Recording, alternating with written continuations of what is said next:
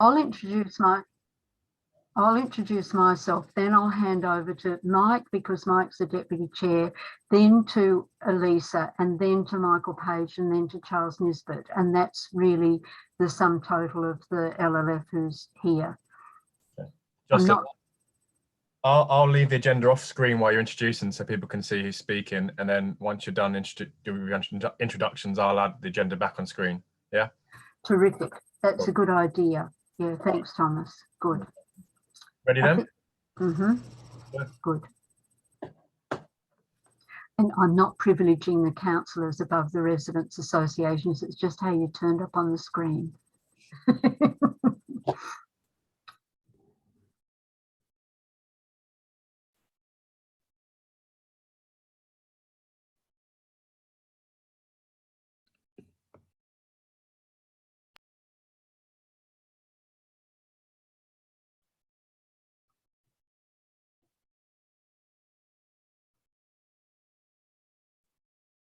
I'm waiting for somebody to say that we're live, rather than just sitting here. We are live, Jocelyn. We've got 64 attendees and 12 panelists. Lovely. People are joining all the time. Great. Thanks so much, David. I'd like to say good evening to everyone. It's wonderful to have everybody here at this meeting of the Local Liaison Forum for Milton Road. And I'd like to introduce myself first. I'm Jocelyn Scutt, a City Councillor for Cambridge and formerly a County Councillor for Cambridgeshire. I represented West Chesterton initially, then Arbury on the county, and now I'm back to representing West Chesterton as a City Councillor. And I'd like to introduce the other members of the Local Liaison Forum who are present this evening. Not everybody is here, but of those who are present, I'll ask Mike Sargent, who's the Deputy Chair of the Local Liaison Forum, to introduce himself. Over to you, Mike. Yeah, Mike Sargent. I'm a City Councillor for West Chesterton. Thanks, Mike. And then to Elisa Machini, who is the Deputy Leader of the County, the County Council of Cambridgeshire. Over to you, Elisa. Indeed, Deputy Leader of the County, but more importantly, County Councillor for King's Edges. Good. Thank you. And then to our redoubtable Residents Association members. First to you, Michael Page. Yes, I'm Michael Page, representative from Hurst Park Estate Residents Association. And to Charles Nisbet. Charles. Charles Nisbet, I'm the chair of Milton Road Residents Association. Thank you. And we'll have the agenda up on the screen shortly, but before we do that, I'd like the project team to introduce themselves first. And perhaps I'll ask, where is he? Paul Vanderbilt, to introduce himself because he's the project manager. And then Paul, you can hand over to others. But quickly before I do that, I see that Jamie DL has come on. Jamie, would you like to, we've just introduced ourselves. Would you like to introduce yourself? Thank you, Chair. Apologies, I was struggling with the wrong links. My name is Jamie DL. I am the City Councillor for West Chesterton. Thank you. Thanks, Jamie. And now back to Paul Vanderbilt. Paul, over to you. Thanks, Jocelyn. Hi, I'm Paul Vanderbilt, Project Manager for GCP, leading on Milton Road. Thank you. And perhaps if you go round in order, the members, well, no, I'll call you, that's easier. Livio, perhaps if you'd introduce yourself, Livio Martelli.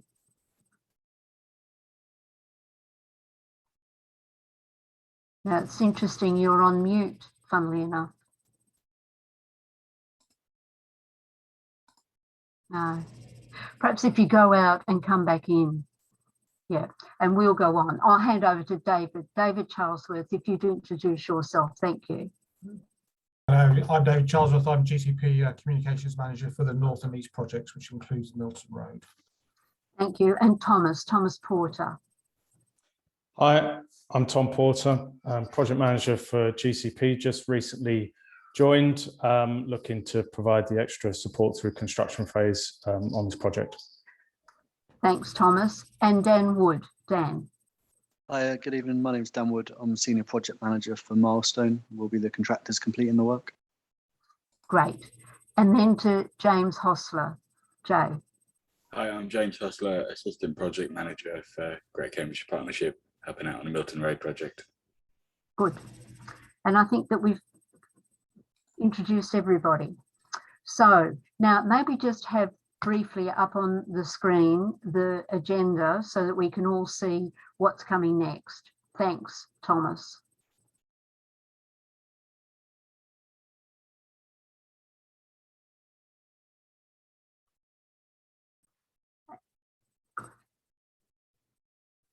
Right. So now we've got the agenda. We've started at 6 p.m. We're running through to 7:30 p.m. And I've done I need to do an update. In my update, I'd just like to say to everyone that we've had 2 meetings, one some considerable time ago and one much more recently, where we looked at, it was not an official LLF meeting, it was a joint meeting in relation to a number of projects, including Water Beach and others. And there was reference to the Milton Road project and to the Histon Road project. There are no official minutes from those meetings, but I will provide the links to the meetings if people would like to catch up with what occurred at those 2 meetings. We've done the project team introduction, and the third item on the agenda is construction and traffic management. That's how the project will proceed. And then we'll have a detailed design update, and then we'll have questions. And there is a reasonably large number of questions that have come in ahead of time. We'll run through those, and then if there's time, we'll also add in other questions that people have that have arisen during the course of the presentations. So over then to the construction and traffic management. Jocelyn, is it okay if we just switch those 2 items so we start with them before? Absolutely, yes, for sure. Sorry. Yeah, so we'll address the detailed design update first, and then we'll have the construction and traffic management presentation. So if we could have the agenda off the screen, and we'll go then to the detailed design update and the presentation. And I would believe that Livio maybe. No, I'm going to go through this, Jocelyn. Oh, okay. Thank you, Paul. Thanks. Okay, so Tom's just going to bring the presentation up. I'm going to try and keep this bit short because the main purpose of tonight really is to talk about the traffic management. So let's go to the next, Tom. Yeah, so in terms of where we are with Milton Road, the project's been on hold for quite a long time. I mean, we got to a position in design where we had agreement from the executive board to take that to detailed design, which was undertaken. And since then, we have obviously been in construction on Histon Road, and Milton Road has had to wait its turn in terms of construction, which is why we're arriving at this stage now, having completed Histon Road. So in terms of where we're at, so we packaged up the detailed design in autumn of 2021, submitted for road safety audit, and this is the version of the design that's been made available online. We've also submitted that to Milestone, who are in the process of packaging up and preparing a contract for the works. Another large-scale activity that we've been undertaking is engaging with the utility companies to update their C4, it's labelled as their C4 diversion cost estimates. And that's quite a major piece of work on Milton Road, because we've got quite a few underground diversions to account for. And we're also having a little bit of trouble working with the utility companies, who are a little bit under-resourced at the moment, largely, I think, due to the recent pandemic. and kind of seems to be a lot of staff movements, or they've lost staff, haven't replaced them yet. So that remains a little bit of a risk on the project. The other thing we've done is we've undertaken value engineering meetings with Milestone, who have made suggestions on where we can tidy up the package and perhaps bring in some cost savings in terms of what we were originally intending. And I'll come on to one of those a bit later on, so just to give you an example. Next, Tom.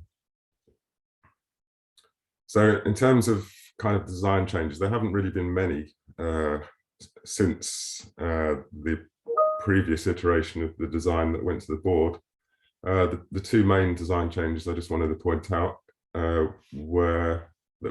resulted from feedback from the LLF, were the relocation of several bus stops. So we moved one bus stop pair closer to Downham's Lane, and we've also found a position for the inbound bus stop near Oak Tree Avenue. So if we go to the next slide, Tom, we can see, I think first the Downham's Lane bus stop pair. So we've got Downham's Lane just in the centre of, and you can see the two bus stops just to the, what is the south of Downham's Lane.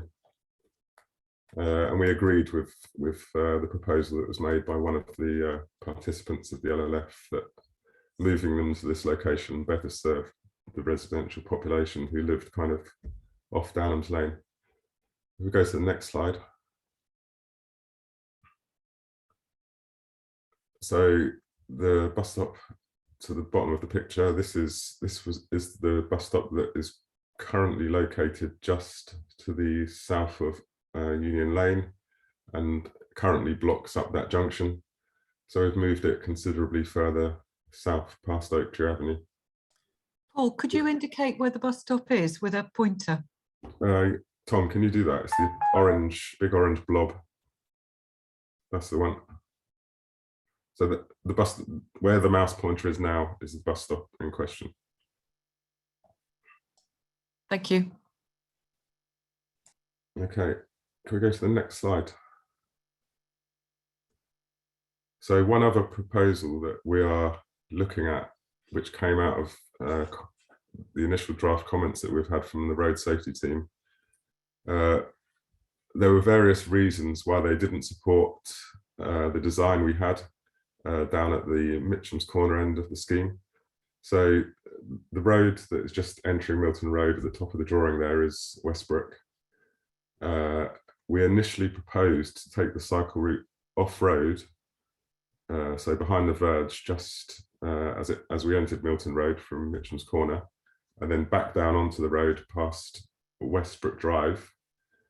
The road safety auditors were concerned that where we brought, first they were concerned that we were creating too much complexity in terms of where, taking cyclists off the road in the proximity of driveways, etc. And then we were bringing them down too soon before the junction to give drivers who are entering or exit the junction a clear vision of the cyclist. So they have proposed that we extend that length of cycle lane across Westbrook Drive all the way back down to Mitcham's Corner, which we have agreed with in principle. It will be different to how it is now in terms of we'll look to achieve a 2 to 2.3 metre wide cycle lane, and we will also look to segregate it using a Cambridge curb.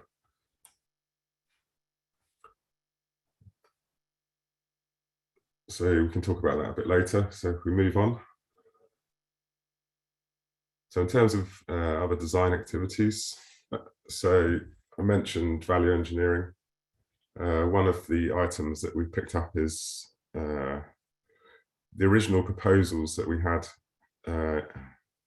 We were looking to separate the cycleway and footway with dropped curb, with a Marshall curb placed on its side, which was a solution just to create a kind of a slight height difference between the cycleway and the footway, and to create like a differentiation. Since we did Histon Road, we came into we discovered a new product, a fairly new product, which we've utilised near to ATS, which is a cycleway demarcation curb. So what we're proposing to do is to replace all of the drop curb between footway and cycleway with these Marshall demarcation blocks, which require a much shallower footing.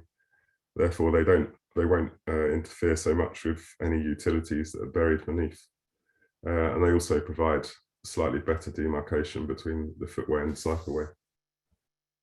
And that also has an impact on how we drain the cycleway and footway, and hopefully enables us to rationalise the drainage along most of Milton Road. The other thing that's come out of road safety is some minor modifications to signs and lines that we need to make up and down the scheme. And there's a few other issues that we need to still consider and decide how we're going to address. But they're fairly minor and they don't really correspond to the kind of overall detail of the scheme. Paul, if I can just interrupt for a quick moment. A member of the public in the chat has asked us to clarify what, now I've just lost it, sorry. What is a Copenhagen Crossing? That's one question. And clarifying what the term value engineering means to those who don't know. I'll just leave those on board. If you wanted to answer them now, that's fine, but it's just that they've been asked in the chat and it's probably a good idea to let you know now. Thanks. Okay. Livio, can you get a picture of a Copenhagen Crossing just so you can share it in a little while? The value engineering, that just relates to us sitting down and looking at ways that we can potentially reduce the cost through addressing problems in a slightly different way. So as I mentioned, the change to the Marshall demarcation blocks is done on several bases. One, that we think it's a neater solution, and the second reason is because we think it will save a bit of money to the scheme. In terms of the Copenhagen crossings, we can show a picture of them at the end of the presentation when Livio's found one, but basically that relates to what we're looking to do at each side road that enters Milton Road, each residential side road, I should say. We are looking to provide a continuous footway and cycleway across that side road entrance, which is also ramped up compared to the carriageway, which provides visible priority to cyclists and pedestrians who are crossing the side road.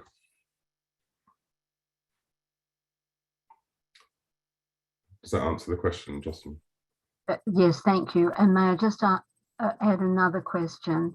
Is the Marshall demarcation block the same as that which has been used along Hills Road, or is it something different? Thanks, Paul. No, it's the same as that we've used on Histon Road outside ATS Garage, if anyone's been there. But we can get a picture of it up as well. Thank you. Can we go to the next slide, Tom? So we'll come back to some images of those two aspects, but I just wanted to cover traffic regulation orders.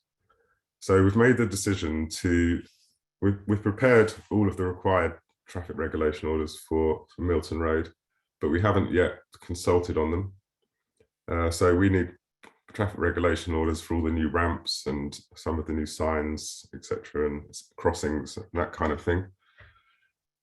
One thing that we haven't yet finalised, and we wanted to open up for discussion this evening perhaps, is the subject of the traffic regulation order for the double yellow lines. In the current scheme, we proposed that Milton Road has double yellow lines along the length, as we've done on Histon Road. One of the issues with just having double yellows, as is evident on Histon Road, is that this allows loading to take place, which sometimes gets slightly abused. You get, as you know, on Milton Road, in some areas of Milton Road, kind of the parking and the waiting is virtually unenforceable due to the fact that traffic wardens have to wait a certain amount of time before they can either ask someone to move on or to book them, give them a ticket, you know, when they're parking in an obstructing kind of a bus lane or something. So another thing we've therefore looked at is imposing a location-based loading ban on Milton Road. So this would involve placing loading restrictions just in certain areas of Milton Road that have a current problem. And then the other option is that we have a loading ban along the entire length of Milton Road, which means that no one is allowed to stop on Milton Road. But we mark out certain areas where loading may take place out of peak hours.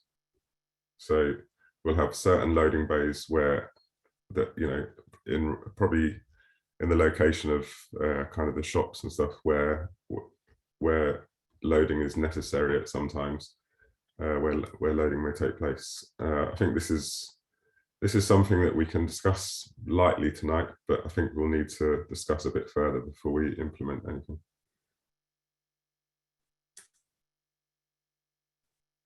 Can we move on to the next? I think I've covered the next slide. We'll just leave it up a second so people can. It's basically puts in writing what I just said. Yeah, there are two more questions, Paul. Just to clarify, it's now disappeared. Just to clarify, at every side junction with Milton Road, all the cycle lanes will take priority over motor vehicles, just as they do on the cycle lanes on Green End Road. Is that correct?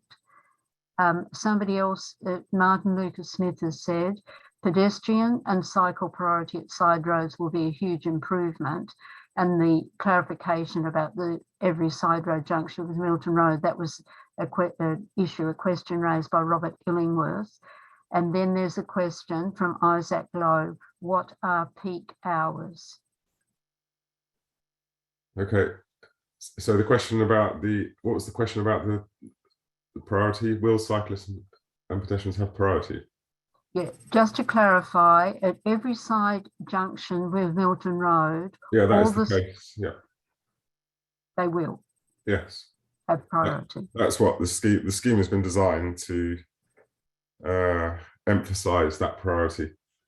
Although that, to be fair, that priority has recently come about through changes in the highway code as well. But the reason that we've ended up with the Copenhagen style crossings is to visually promote that priority for pedestrians and cyclists. Yes. In terms of the question about peak time, James, can you answer that? Yeah, no problem. Peak times aren't something that are standardized. They're designed and built in to suit whatever area a ban or restrictions put in place. So they can be tailored as needed for the area. And this is, of course, raising concerns from residents as to how tradespeople would unload their tools and equipment if there were a ban on unloading along Milton Road in its entirety. And how would you say have a washing machine delivered? So that's a concern about that issue of banning loading along the whole of the road. Can you answer that, James? Yeah, sure. Loading bans restrict all vehicles from parking at any time unless they're emergency works or statutory undertakers, which are sort of waterworks and that sort of thing. So it would mean that anyone delivering or unloading would need to do so in a loading bay or one of the side streets.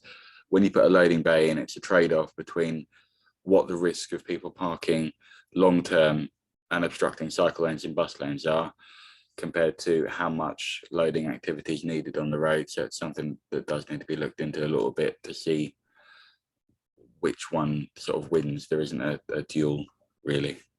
And James, in terms of like trades vehicles, like I don't know, if you're having an extension done and you need scaffolding or something, how would, if there was a loading ban in place, how would that work? They are still restricted and banned in that area. The only ones that aren't are scaffolders would come under statutory works. Emergency plumbers for waterworks would come under statutory. General repairs, maintenance, home improvements wouldn't. They'd need to go into a loading area or a side street and walk the equipment in. And is there a way to get a permit to park in such an area, or is there a way to request a permit? So, for example, if you're doing some building works and you need large-scale delivery to your premises, is there a way that you can apply for a permit to allow a temporary restriction on that loading ban? If it was a large-scale operation, you could look for. It's not a permit for the vehicle as such. What it would be is a temporary suspension of the restriction in that area. Okay. And as I understand it, this will be the subject of further consultation and discussion in any event. So perhaps if we could move on. Thanks, Paul. Yeah. It's something that I think this will be something that, I mean, the scheme at the moment has got double yellow lines because that's what,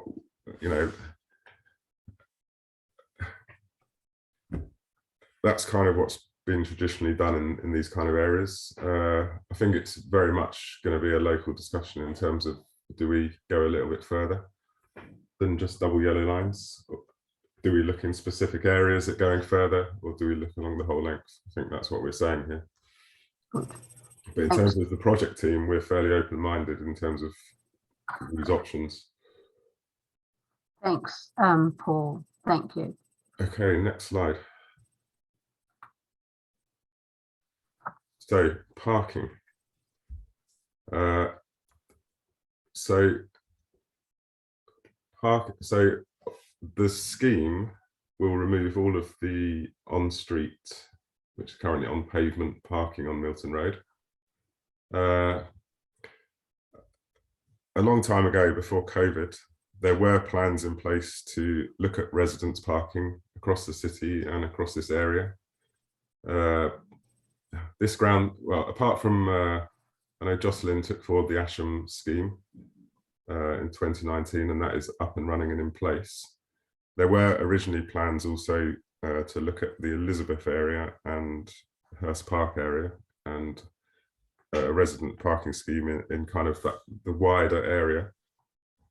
So in terms of what needs to be done, we've agreed this text that residence parking schemes were proposed for the areas surrounding Milton Road.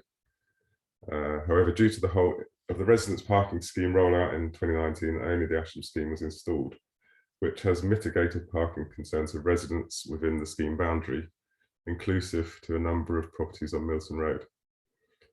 The GCP are looking to restart informal consultations on resident parking schemes, working with local members.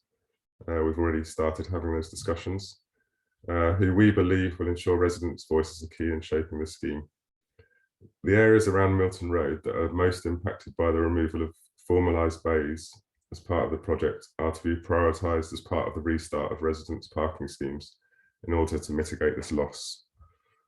So, Jocelyn, I don't know if you want to say anything more on that at the moment, or just really briefly, we're very much aware that there are problems with parking, particularly for some residents in some streets, but overall there does seem to be an issue, and therefore residents parking is within the grasp of residents. That is, it's up to residents whether a parking scheme goes ahead or doesn't. And what we will do after this local liaison forum meeting is over is circulate everybody in the area, in Asham, in Hurst Park Estate and in the Elizabeth area, with a notice that we will have a public meeting on Zoom, and we'll invite officers who are expert in the issue of residents' parking schemes so that residents can ask all the questions they wish and gain answers about what can be done, what can't be done, what the consequences are, what the costs are, and so on.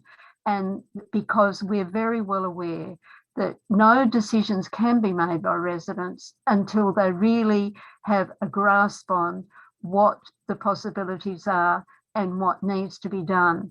And James Hostler, who's in this meeting at present, is, I understand, prepared to come to this meeting, and will have the officers who are, as I say, expert in terms of what the rules are for residents parking, to make sure that everyone who is a resident of this area knows, as I say, what the rules are and what can and can't be done. But it's within the residents' purview as to whether schemes go ahead or not. Thanks. Thank you, Paul. Thanks, Jocelyn. So next slide, please, Tom. All right, the main tasks to complete. So it feels like we've got a lot of stuff to complete before we start construction. So the first one, as I mentioned earlier, we've got to get to the end of all the discussion with utility companies. Milestone still working on finalising the construction package and submitting their budget estimate by early February to be tabled at the joint assembly, and then a more detailed target cost to be tabled at the joint assembly so that we can request the required budget. WSP need to finalise all design issues, addressing outstanding road safety audit issues and anything else that arises as a result of either tonight or discussion with other officers.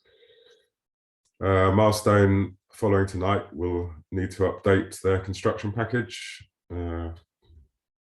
and also all of the construction management plans. And also they need to finalise all their road space bookings, revised target costs, as I mentioned. The other thing that we need to do is in the next few weeks, Milestone will be looking at doing some trial holes just to firm up where some of the utilities are. We've done a GPR survey. We've had returns in terms of where the utilities think their own utilities are, but sometimes it's useful to actually have some proper trial holes done so that we can verify that information. So Dan may touch on that when he comes to his presentation. And then we're obviously looking to commence construction sometime this spring, as soon as we can. Next slide. I think that's the end from me. Good.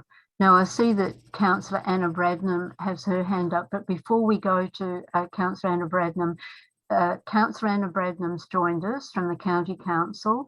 Councillor Jenny Gorsford-Wood has joined us from the City Council, and Councillor Hilary Cox-Condren's joined us from the County Council. So Councillor Bradnam, would you like to introduce yourself very briefly to the meeting, and then we'll go to Councillor Gorsford-Wood and then to Councillor Condren, just to introduce yourselves. Thank you. Thank you very much, Jocelyn. Yes, so I'm Councillor Anna Bradnam, and I'm County Councillor for the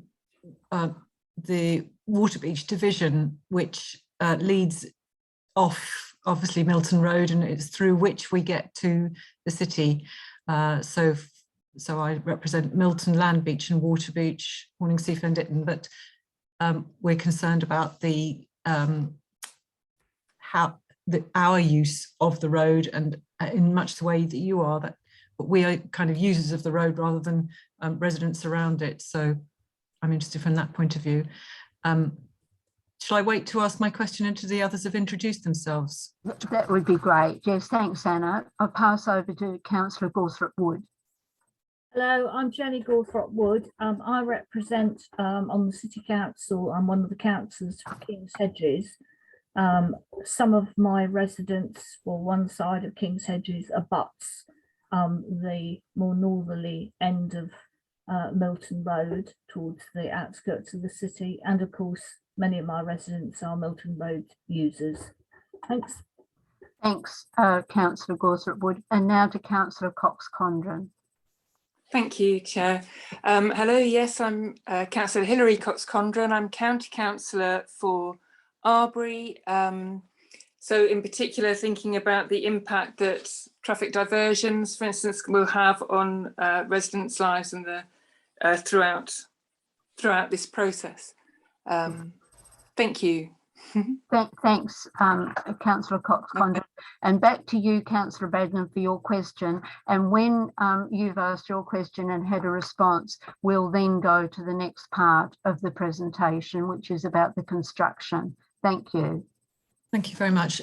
So I wanted to ask, I noticed on your previous slide, as you say, Paul, there's quite a lot of things that need to be done before construction can start. And the least of those, or not the least of those, is traffic regulation orders. Now they take 12 weeks to come through. And I'm just wondering, are you anticipating a slippage in the start time? Because we're already into February and 12 weeks takes us March, April, May, which isn't really spring anymore. I just wondered if you're thinking it's more likely to be starting in the summer.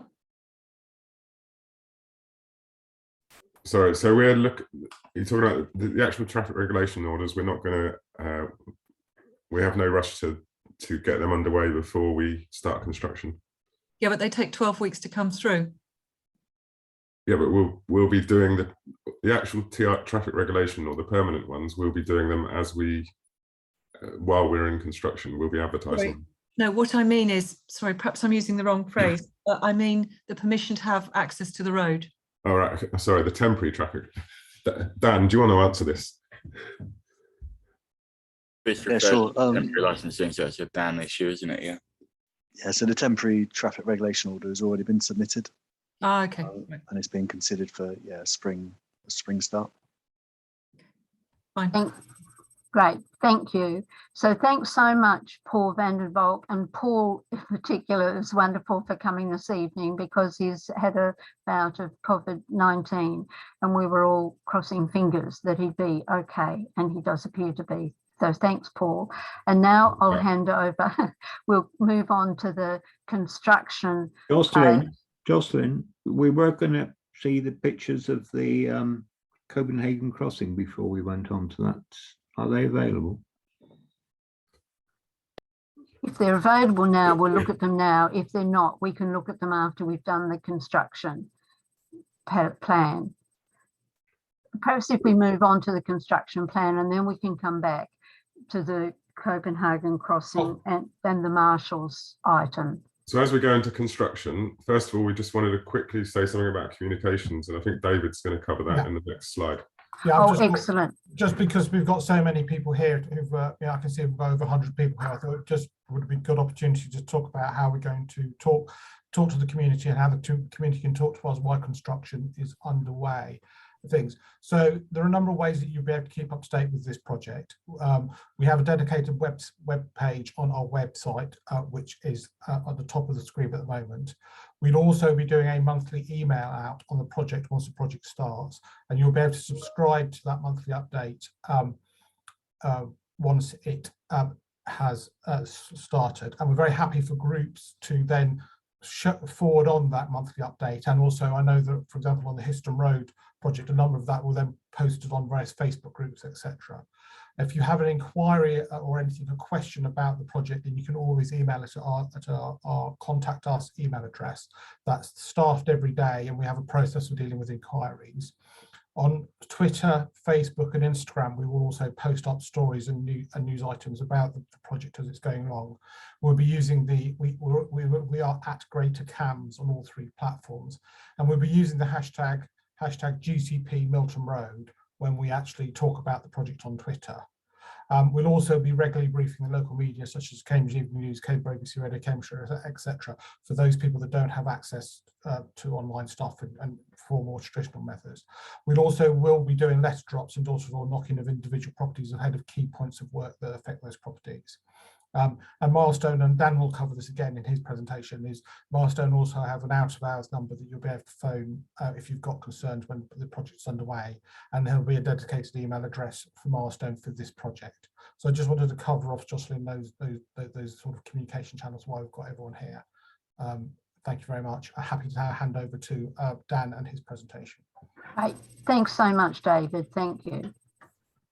Good. And so now it's to construction.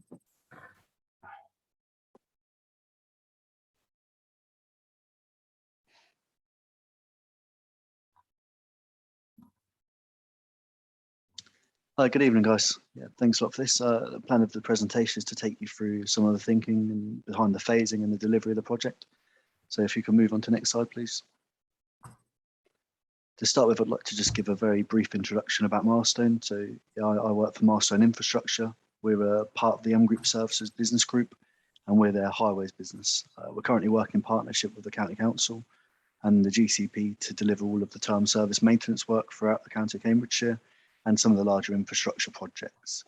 I was part of the team last year which delivered the works on Histon Road for the GCP, very similar to this work now on Milton Road. And also prior to that, we delivered the extension to the Trumpton Park and Ride site. Next slide, please. In terms of work scope, I think many people on the call will be sort of familiar with what we're trying to achieve. There's lots of elements to this. It's quite logistically, it's a very challenging project. So there's a brief summary there of what we're going to be doing in terms of clearing the site, upgrading the existing highway drainage. As part of the works, we're going to divert a series of utilities and provide new installations to the network. We're going to construct new footways, cycleways, bus lane, and resurface the carriageway. A large part of the works is this extensive landscaping package to create this tree-lined avenue, which you can see in the projected image there on the right-hand side. We're also doing lots of upgrades to junctions, safety upgrades, and improvement to the traffic signals. We've got a couple of bits of information on there about the working hours. So the working hours, in terms of our daytime working window, it's 7 till 7. But just to really clarify that, our typical working day will be sort of 7 till 5:30. And there are some restrictions within that about noise. So whilst the guys will be arriving on site for 7, you know, and getting ready for work, that time period early morning is part of the pre-start briefings and all of the safety sign-ons we do before we start work. Noisy operations, the breaking out of existing footways, for example, won't start before 8 o'clock in the morning. Again, there I've put a note about nighttime hours. So typically our nighttime working hours are 7 at night till 6 in the morning, but we do have restrictions on that because we're well aware it's a residential area. We don't want to be disturbing everyone. So, for example, when we're completing the resurfacing works at night, we'll restrict the planing operation. So that's the operation where a machine mills out the existing road surface, which is quite loud, to finish before midnight.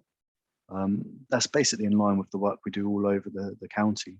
And the reason midnight selected, it's still, I appreciate it's still quite late in terms of, for noisy operation to be going on, but it's selected to provide the most efficient working window to complete the work. So rather than, finishing at 9 o'clock every night and then the road closures being on the road for double the amount of time and the obstruction that causes. Next slide, please. So in terms of how we're going to deliver the project, I wanted just to chat through what the traffic management situation is going to look like. Particularly, as many of you are probably aware of the works on Histon Road and the works that went on there. So the good news is with Milton Road, it's a wider travel corridor. So unlike Histon Road, where we had to block the inbound traffic route for the entire duration of works, we're looking to maintain two-way traffic flows on Milton Road for the duration of the project. With a slight caveat is that there is the odd area where there's insufficient width, or there's also areas where we need to do works within the carriageway. So where we're doing that, we're still going to maintain two-way directional traffic, but we're going to control that with temporary traffic lights, which will then restrict Milton Road running down to a single lane direction at one time. Also, throughout the duration of the works, we're proposing with the TTROs that we've submitted to reduce the speed limit to 20 miles per hour. And so what we can see, not particularly clear on the right-hand side, but this is our traffic management solution, which is based on the installation of narrow lanes.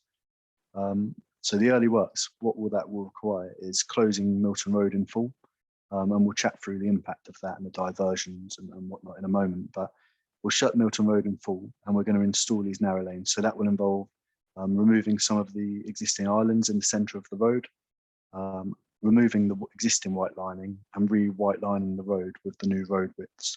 And base that image on the bottom left-hand side of the slide gives an indication of what that will look like. So the dashed line there is the probable line of cones, and then the hatched area would be the working area. So we'll be working within the closed lane. So yeah, it does mean that we'll be removing the bus lane for the period of the construction works.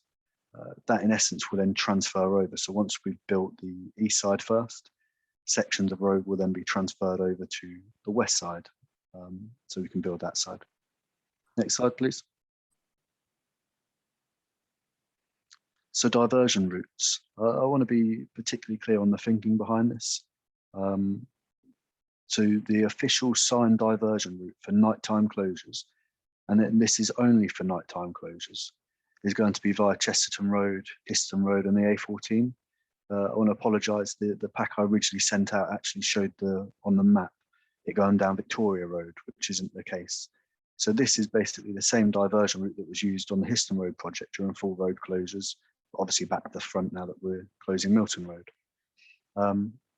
In periods of road closures, we will not be signing diversion routes via any of the local roads, King's Hedges, Arbury Road, Green End. There will be no signage to send traffic down those roads. What we'll be doing though is some roads will, and we'll chat about this a little bit more in a moment, but some roads, some cul-de-sacs, we need to maintain access to them, obviously. So what will happen is prior to any road closures, there'll be communications from the team letting homeowners know exactly how they can access their property. Road closures will be controlled by gate people, by lookouts. And basically, if you live on a cul-de-sac or if you live on a house on Milton Road, you'll get to the road closure point, you'll make contact with the gate person. They will then escort you through to your property with an escort vehicle or direction. And that's how we control access to people who don't have any route to their property. The local routes on there shown with the red arrows. So as I said, they're not the signed diversion routes. The purpose is we're going to close Milton Road beyond the point that would basically stop people reassigning via these local routes and increase in traffic, HGVs down pedestrian routes. But one thing we can do to minimise the impact on road users is as we work past junctions. So for example, in these first set of closures where we're installing the narrow lanes, we do have the opportunity to shut Milton Road up north of the busway to stop the inbound traffic. But once the narrow lanes, for example, have been installed past the King's Hedges junction, we could open that junction up to allow local traffic residents on King's Hedges and Green End Road to travel straight over the junction to carry on their way rather than being diverted around the lengthy diversion route. Milton Road, there would be a blockade either side of the junction to stop people coming down into the work area. And there's just a note there. So the sensitive roads there, Milton Road, King's Hedges, Green End Road, Arbury Road and Gilbert Road will only be closed at night times. There's no plan to close those in the day. Next slide, please.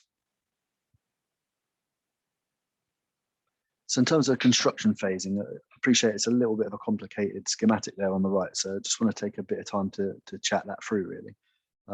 One of the things we're trying to do is minimise the overall time we're going to be on the road.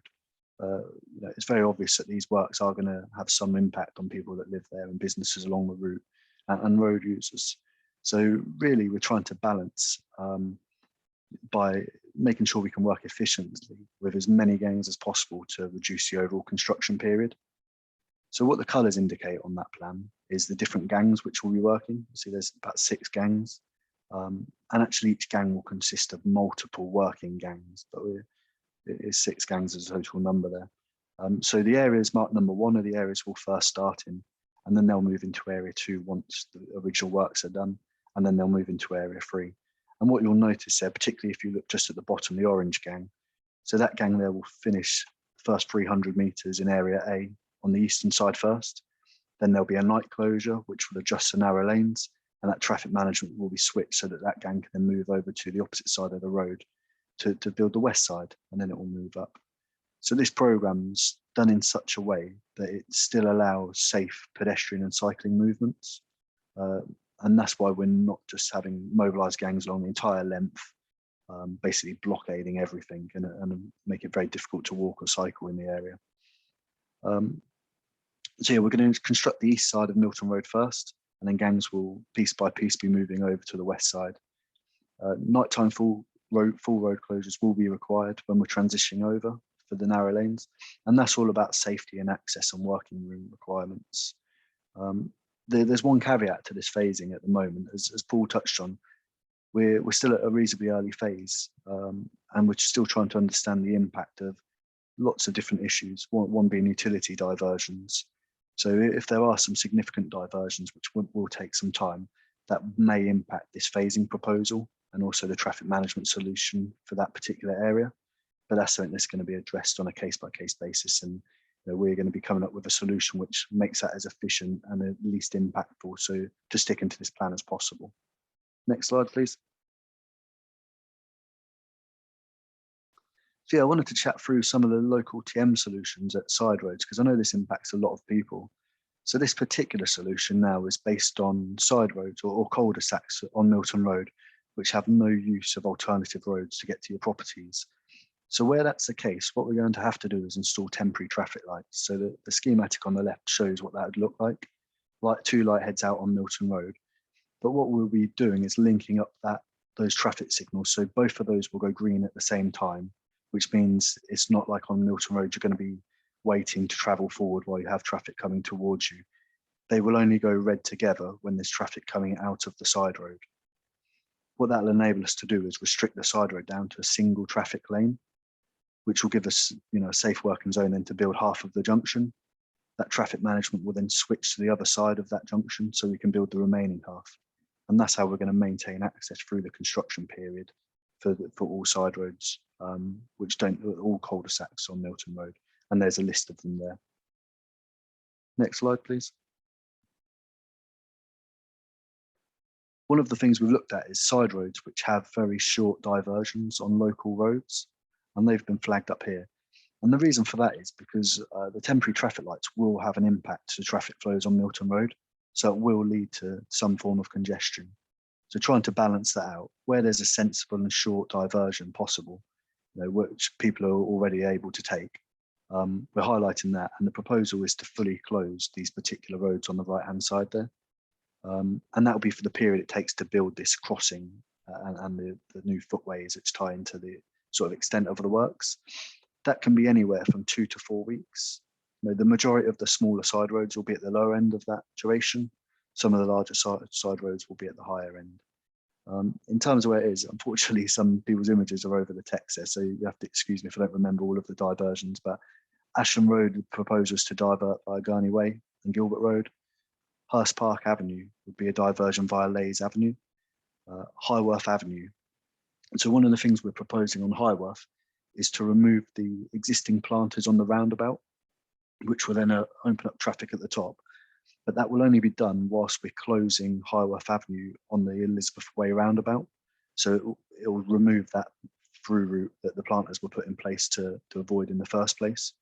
And that's very much a temporary solution. So once that work's complete on the roundabout and the tie-in, we'll then put those planters back, put that blockade back.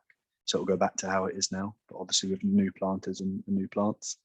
The reason for that is if we leave the traffic as we are now, it would require the installation of 4-way traffic signals, temporary signals around Elizabeth Way roundabout. And unfortunately, when we do that, it won't be possible because there won't be the visibility of a normal junction.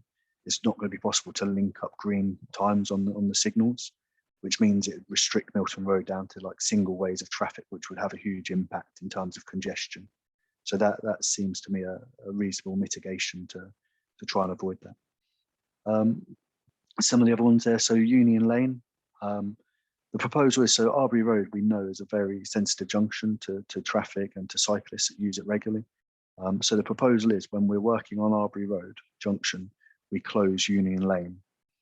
What that will do there is that will allow us to re-signalise to pair up the signals on Milton Road and maintain a really safe route that's going to be able to flow as lean as possible when you're using traffic signals to really try and minimise the congestion on that road. I know there's some questions and some feedback about Arbury Road and the safety for cyclists. So I just want to reaffirm that on all of this work, when we're installing narrow lanes, it considers the traffic movements at each of the junctions.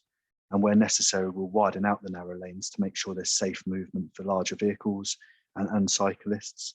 We'll adjust stop line positions to suit that same thing. So the temporary traffic management solution will be safe for the road users, cyclists in the area.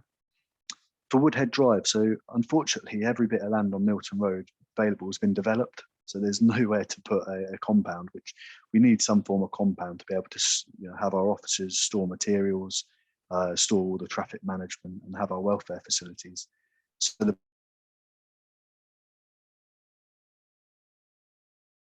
it will maintain access to the property there right on the corner. Or out of Woodhead Drive for the whole duration. So vehicles will instead divert via Downham's Lane. Kendall Way there will be a diversion via Green End Road. Ramsden Square will be via King's Hedges, and Lovell Road will be via King's Hedges. Next slide, please. So again, something that's very important to all of us is maintaining safe routes for pedestrians and cyclists. We know building this work, we need to fully excavate, the existing footway and the cycleway and work into the carriageway. So it's not going to be possible to keep that footway open while we're trying to excavate it down 300 mil and further where we're installing ducting and drainage. So the way in which we're going to provide safe pedestrian routes throughout the area is by installing temporary crossing points either side of work areas. So if you're an inbound pedestrian walking down this eastern footpath, what you'll do is you'll get to that blue hatched area and there's going to be a blockade of footway in front of you. There'll be some temporary traffic lights and pedestrian lights, so you'll push your button, safe crossing of the road, and then you'll carry on walking down the west side. And there you'll have the opportunity to cross back onto the east side if you want to, past the work area via the other pedestrian crossing point. Or of course you can carry on the western side there.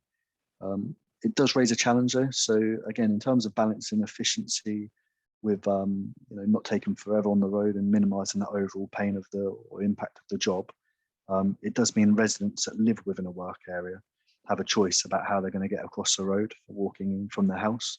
So there's two options there. One is that people come out of the house and will walk across the road in a space between traffic, which is the idea of the 20 mile an hour traffic speed limit. The other option is, so out of hours, it's going to be a lot easier for us. There'll be a fenced corridor within the closed lane of traffic to provide a walkway during nights when we're not working. That will be maintained wherever possible in the day, but obviously we need some room to park our plant and machinery and materials. So where that's necessary, that will remove that walkway, but each gang will have a lookout, and the lookout basically will be keeping an eye out all day. So if someone comes out of their house, wants to walk down into town from their, within a work area, as they approach a gang, the gang will stop. The lookout will instruct the machine to stop.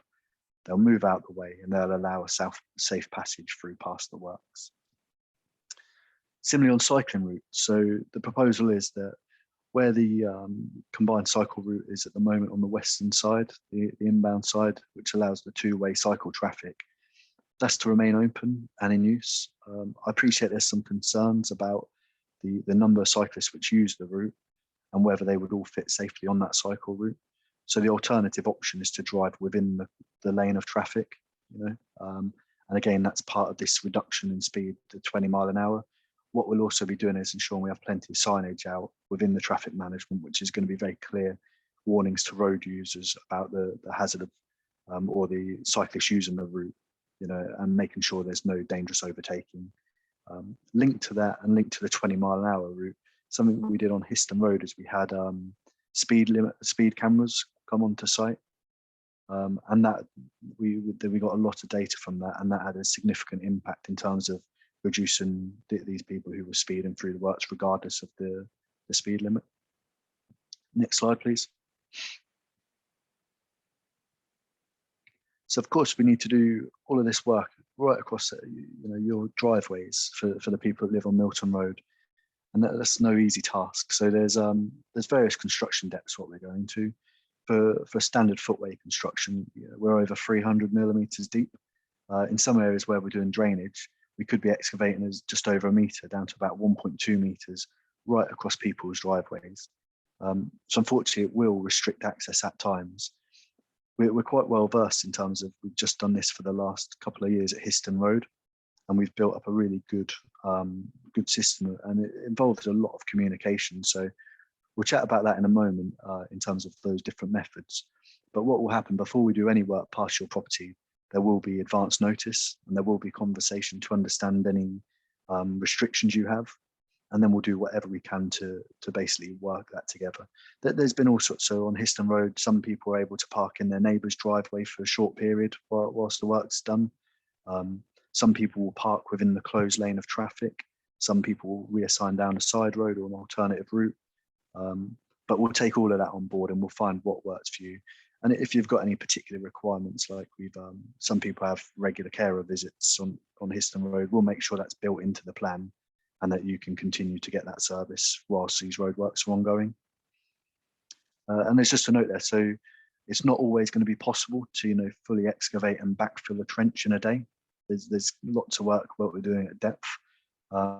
So what will happen there is there's two options. One is that we'll be constructing temporary ramps out of stone material, which means there won't be any steps between driveways and the work. So it mitigates the risk of damaging any vehicles when you're coming in and out.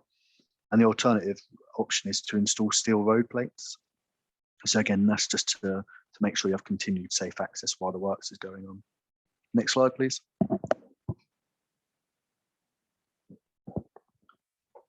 I just want to spend a quick moment talking about site clearance work. So in some areas, we're building new footway right back to the highway boundary, and some bushes and hedges from private properties have over the years grown over the existing highway boundary. So it is going to be necessary to cut those back, and in some instances it may be necessary to fully remove them. Where this impacts any property owners, the GCP are going to be in communication with them in advance of any vegetation clearance. So don't worry, contact will be made directly by the GCP. In terms of when we're doing this, so what we don't want to do, this is quite a lengthy project, a couple of year project. We don't want to come in and just completely remove all greenery and vegetation along the entire site. So what we'll do is we're going to clear the vegetation on the eastern side first, which is the first phase of works, effectively the first year. And then the vegetation on the opposite side of the road will be cleared on a phase by phase basis as we transition over to the opposite side of the road. Also worth noting, that some of this clearance will be done throughout the year, which may be in nesting bird periods. So rest assured, we have an environmental team and an ecologist that work with us. So before we do any vegetation clearance, that will all be inspected by a qualified ecologist who will identify any nesting birds. Should a nesting bird be found, that area will be sectioned off and it will not be removed until the birds have hatched and fledged. So we'll be operating within the rules of the law. And yeah, otherwise we'll do the full inspections, and only once we've got the green light from the ecologist will the vegetation be removed. Next slide, please. So the resurfacing works are a large part of our project. We're going to be resurfacing the entire length of Milton Road, so it's no small task. We had lots of questions and lots of feedback from Histon Road about this work. Why does it need to be completed at night? It's been a frequent question asked. So I just wanted to spend a little moment talking about what's actually involved in resurfacing. So the very first task is what we spoke about earlier, the road planing. So these are quite large machines, about 2.5 meters wide, big steel drums and teeth, which will come through and they'll mill the existing road surface to remove it. And they have a large conveyor belt on the front, which will shoot the planings, what you generate, into a lorry for disposal. There's quite a lot of work going on around that at the time. So we need safe access for lorries to be driving down, reversing, turning, and feeding these large bits of plant. So that particular task is very important. We have the space, and it's not something that can be done easily or efficiently just within a single lane. And similarly, then we've got the actual resurfacing work. So that involves lorries filled with asphalt coming down to site, reversing onto a very large paver, and a paver can lay up to over 4 meters wide width of carriageway in one hit. So that'll be tipping 20 tons of asphalt into the front bucket of the paver, and then there'll be continuous rolling behind it. One of the things we do is we try to avoid joints in asphalt because it creates a sort of degradation of the pavement by having a cold joint between layers. And that's why when we bring it through, we bring through both lanes. We've jumped on a couple of slides there. Tom, if we can go back, please. Perfect. So yeah, that's the idea, and a little bit of explanation on why we need full road closures to be able to safely complete this work. Also, in terms of protecting yourselves, members of the public, there's an awful lot of vehicle movements, heavy plant movements, reversing up and down on night. So it's very important we just restrict access to the site so that we can ensure it's completed safely. We spoke a little bit about the noise earlier on, but that's there on the right-hand side again. So noisy operations or removal of road surfacing will be complete by midnight each shift. Surfacing works and the lining works, so the laying of the white and yellow lines, will carry on then, and that can continue until the road closure finishes at 6 o'clock in the morning, although very often it's done much before then on a shift. Next slide, please. So yeah, David touched a little bit on it in the morning, but one of the key things for me is how you guys can get directly in touch with us. You're definitely going to have concerns throughout the works, and you're going to have questions, and we want to be able to address them very quickly. So as David mentioned, we're going to have a designated project email address that will be monitored by Naomi, who's shown on the screen there, but also myself and the rest of the site management team. So that will give you an immediate email address, which one of us will pick up. In addition to that, we're going to have a 24/7 monitored call center. So that's a call center based, it covers all of our operations. It's based out of Birmingham. But what they'll have is if there's anything urgent to report, they have access to the out of hours emergency crew. So you can call them any time of day or night, and they'll be able to either get onto the site team, or they'll be able to get onto our emergency crew that works on the term service contract. We spoke a little bit about it earlier on for road closures. So one thing we do is we install the advanced warning signs out on the road. So when you're driving down Milton Road, you're going to see some really large yellow and black signs with some text on which will say this road will be closed here from this date to this date. And that will be on side roads as well. So that's one method of notifying people that this road will be closed and the times it will. And they go out 2 weeks in advance of road closures.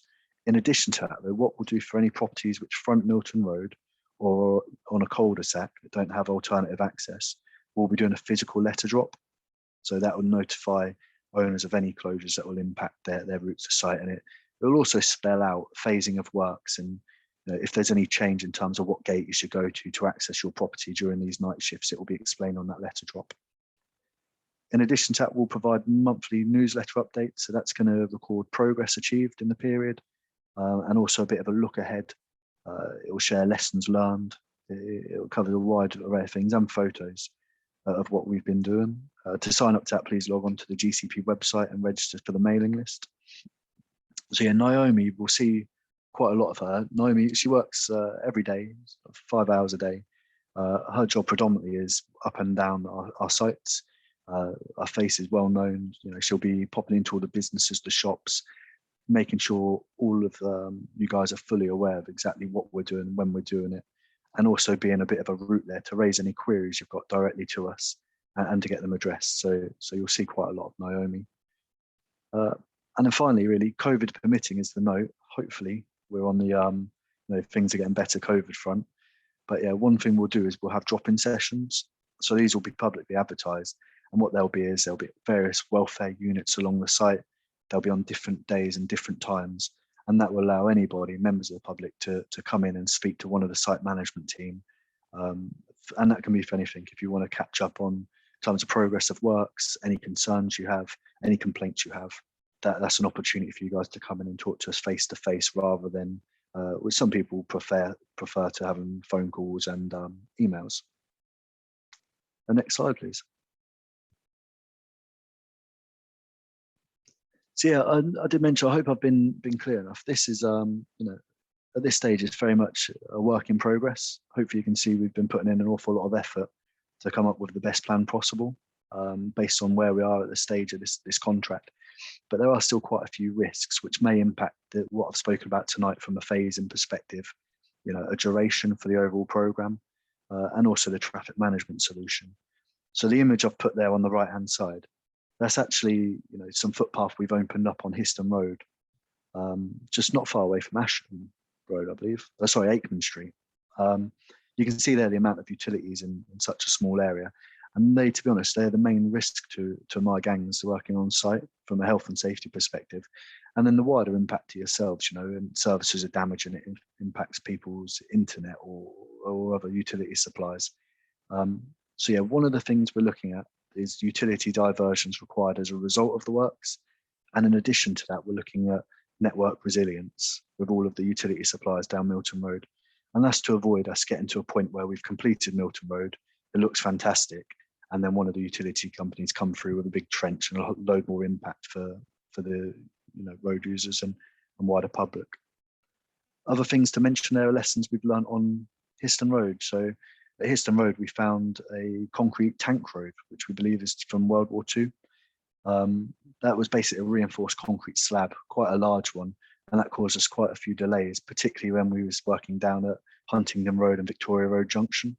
And it is believed that continued on to Milton Road, although we don't know the exact location of it. So there is some risk there. Linked to that is unexploded ordnance. So some people might remember it because it made the Cambridge News. We actually uncovered what was an anti-tank round on Histon Road as part of the works. That was inspected by the police, who then instructed us to close the road while the bomb squad came out and disposed of it. Thankfully, it was low risk. So when it happened again a couple of weeks later, we didn't need to close the road. But with the presence or potential presence of this tank road, that would remain a risk for the works on Milton Road. And then finally, I spoke about it earlier on, but nesting birds is a risk. And it's something, obviously, if there's a nesting bird, they're going to be protected and works will be impacted for that area until the birds have hatched and fledged. Next slide, please. Yeah, brilliant. So thank you for that. I hope I've covered everything in a bit of detail and give you a bit of a flavour for what we're trying to achieve to build this road, and also been able to explain the thought behind some of our decisions. It's very much with this type of work a balancing act of trying to be able to deliver the work efficiently while not impacting everybody through regular closures and impacting their way of life. So thank you for that. Thanks very much, Dan Wood. And may I just say first, you need to talk to John Latham, because John Latham has sent in a question that goes directly to your issue about that concrete slab. He knows where the concrete slab is. It's somewhere near the Milton Arms. So I think that we need to put John Latham in contact with you specifically in relation to that issue. So I'll actually say thanks so much, John, for your question. And you really will be helpful. As Dan Wood has said, it caused a real problem in Histon Road. Now, I think, what I was going to do was put the question about the impact on the shops and the traders, because it's been coming up in the chat and in the questions as a primary issue. And if we do that first and then go to the questions that have been pre-submitted, and then we'll come back to other questions that people might have. But the issue about the traders is really vital. Dan, thank you. No problem. So from a construction point of view, when we're working on the eastern side of the road, the existing parking area out the front of the shops will be left as it currently is. There won't be an impact. The impact will obviously be when we're trying to construct that side of the road. So the assurance I can provide is that there'll be regular communication with all of those business owners to talk about the phasing. And I can also assure you that we're not going to completely close every parking area in front of every shop and area at the same time. So that section of works we're planning on doing in phases. So there'll be a closed section of parking outside maybe one business, and hopefully they can reuse some of the other parking areas in front of the shops next door. That work will be complete, and then we'll move down so that area that's complete can then be parked upon. So yeah, that's a way of maintaining it. I know from chatting to some of the guys that there's some big issues when City Fibre, I think it was, came through there. Just with plonking materials in parking spaces, that 100% won't be our way of working. Hopefully you'll find that we communicate a lot more readily and upfront and make sure access is maintained throughout. Good. And I think that what would be helpful is if there could be some sort of a timetable that people knew what time, which part of the road is likely to be dealt with. I know that it may not be possible to pin it down to actual, this day to that day, but I think a program that does show time spans would be actually very useful. Now, I think it's possibly not possible to go to the people who've asked the questions in person. So what I'll do, and I hope people are happy with this, is just go really quickly to the written questions, and if I'll ask them, and if we could have a response. And we know that we have to put up on the screen the Copenhagen Crossing and the Marshall demarcation block, but we'll do that at the end. There's a question from Rosalind Lund. It's come to our attention that Arbury Road is being listed as the diversionary route for the Milton Road construction works. This is alarming, and there are particular anxieties relating to traffic congestion around Milton Road Junction with Arbury Road, as it's the narrowest part of the road. Please, could we have your support in ensuring Arbury Road is not treated as a diversionary route? And then the issue about the modal filter is raised, but that of course is not a question for the Milton Road project. So can assurances be given about how the Arbury Road junction will be addressed and the problems during the construction phase, please? Yeah, sure. I hope I've been clear in my presentation just a moment ago. The Arbury Road will not be used as a diversion route at any time on the Milton Road project. Arbury Road will be closed on night closures, so people which are travelling in from and using Arbury Road will hit a closure, and then they will need to travel back out via Arbury Road.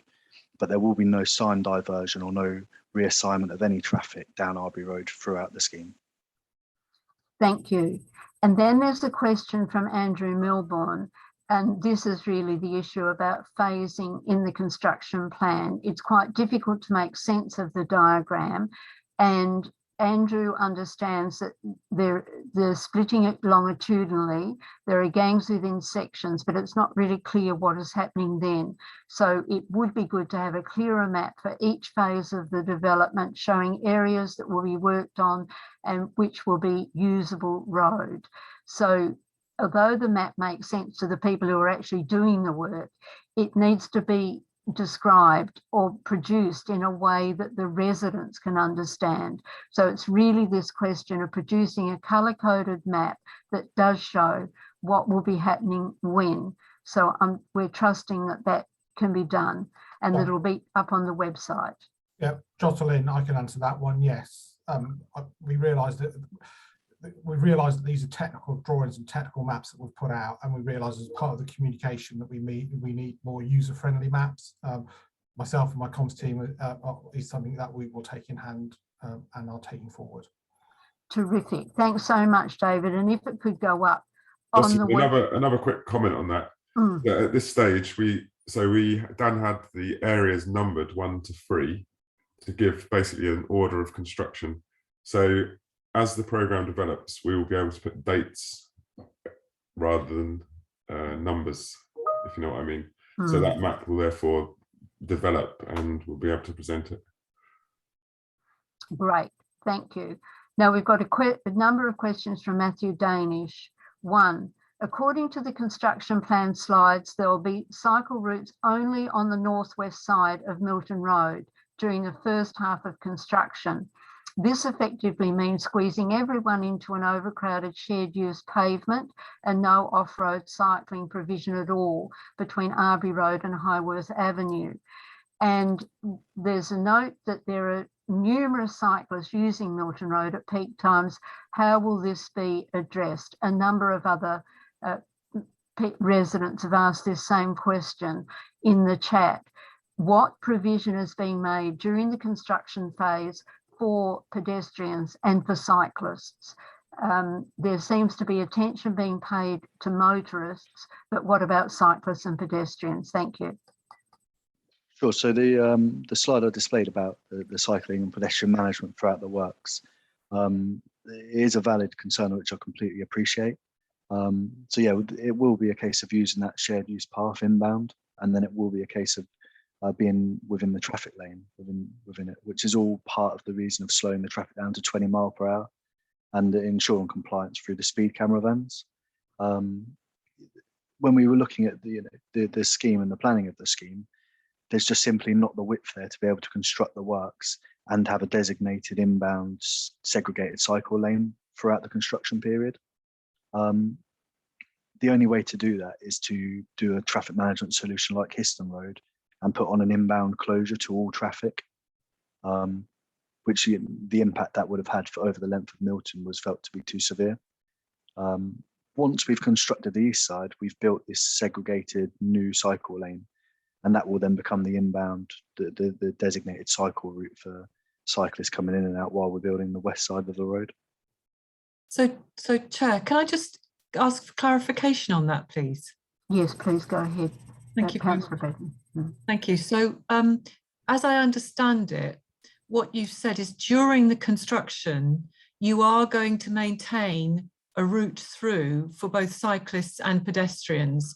It might be in a very narrow width, and it might be on the actual carriageway, but in a barriered off section of it, but you are going to maintain a route through. Is that yes, so a route will be maintained. Only if I clarify on that, the cycling route would be within the open lane of traffic, where there isn't a designated cycle lane on the existing open footway and cycle lane. Okay. If you're coming in, there's existing cycle lane in the north, but when you meet Arbury Road, it transitions into the carriageway. So at that point, cyclists coming inbound to the city would travel within the lane of traffic. And there'll always be somewhere for pedestrians to walk. Yeah, so out of hours, there'll be a fence route within the work areas, so they can safely get past our works and then to the open footways either side. Alternatively, there'll be crossing points either side of work areas. So as you come down the road and hit the work area, the footway will be closed, and there will be a push button control to get to the opposite side of the carriageway and then continue your foot journey in. Good.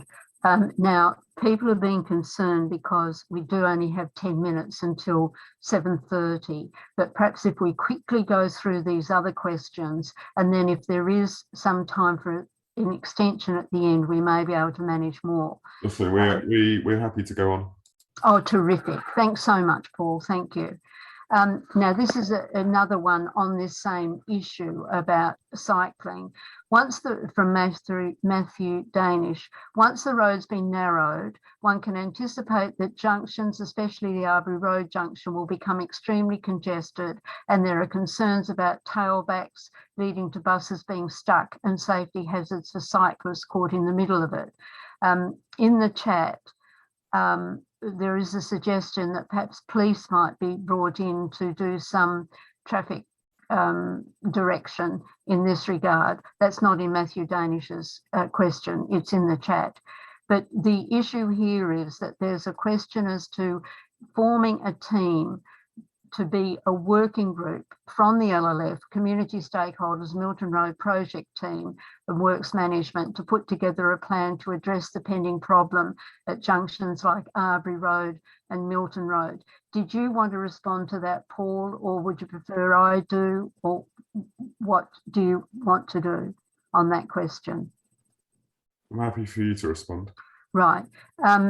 The understanding is that the Milton Road project is the Milton Road project, and that if residents do want to form a working group to address the issues that are raised here, then that's perfectly proper for them to do so and to provide their intelligence to the Milton Road project team.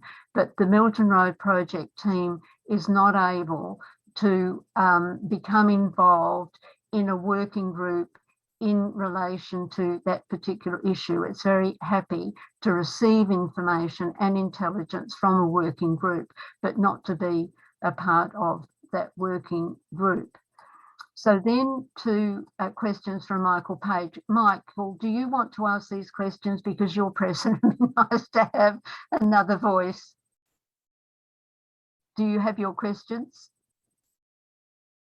You're on mute, Michael. Okay, I've unmuted. I think the first question is possibly answered. We're very keen to understand at what timeline in the construction phase the Highworth Avenue planters will be removed. I guess that's probably halfway through, but perhaps the communications team will be able to tell us more about that. But secondly, most important is that there's the landscape drawings that we've seen online, which implies that the use of swales on a large section of the road, as far as I can see, they will be planted with 35 grams per square meter of wildflower seeds and nothing much else. Now they're very nice, but this will result in large stretches of that verge becoming unkempt during most of the year. And that's at variance with the original vision of the GCP Executive Board. Now, we do understand the value of swales as a means of sustainable drainage, but can we not have a mixed planting consisting of low growing shrubs to give a greener corridor throughout the year? That's a very important question. And shall I wait for the answer or ask another one? Perhaps if we have an answer then, is that you, Paul? To answer about the swales and the planting? Livia, my understanding is that wildflower is mixed with a grass, but Livia needs to confirm that. Right. Thanks, Livia.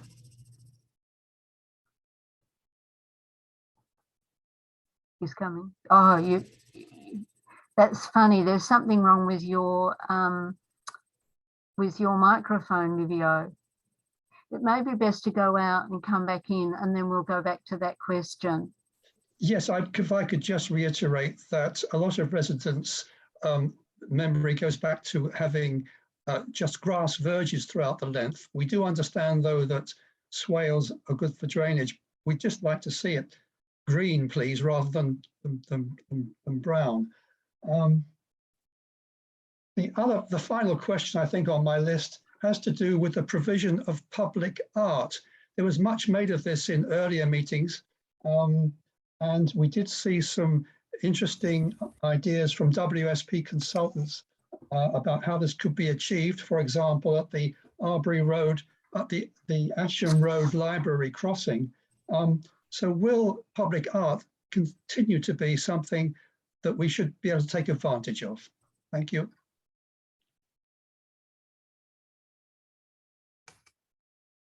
Paul, is this you about the public art? He's dropped off. Yeah, no, sorry, I'm still here. Oh, good. I was mute. Regarding public art, can we come back to that? I just need to discuss with Livio first. Sure, certainly. Yes. We'll come back to that question. Yeah. So we'll come then to the question from Kathy Orban. Kathy Orban's a resident on Milton Road and wants to follow up on the parking mitigation measures that have been previously discussed. And Kathy Orban has asked about this previously. The whole question of mitigated loss of parking on Milton Road. Residents currently rely on on-road parking. Those living at the Elizabeth Way Highworth Avenue roundabout have been assured during the consultation that they'll be able to park in nearby side roads if parking on Milton Road is removed. Currently, residents on the south side of Milton Road are part of the Triangle parking area and not part of the north side parking schemes, Asham, Hurst Park. Well, Hurst Park Estate does not have one yet. It may or it may not. There's unambiguous data that the Triangle scheme would not have adequate space for residents if this becomes a parking scheme. Has the south side of Milton Road now been included in north side parking schemes, so a traffic regulation order as part of the GPC project to ensure south side residents who have lost their parking will actually be able to access alternative parking on the north side? If not, what is required to make this happen? And would you be kind enough to let Ms. Orban know the progress to addressing this, specifically endorsing those on the south side of Milton Road with all certainty being part of the north side parking schemes? I think that we did address this earlier in the meeting, and I just reiterate, and then Paul may come in on this too, that as I said, we are very well aware that there are issues of parking, and it really needs to be addressed as a part of the Greater Cambridge Partnership responsibility now for residents' parking schemes.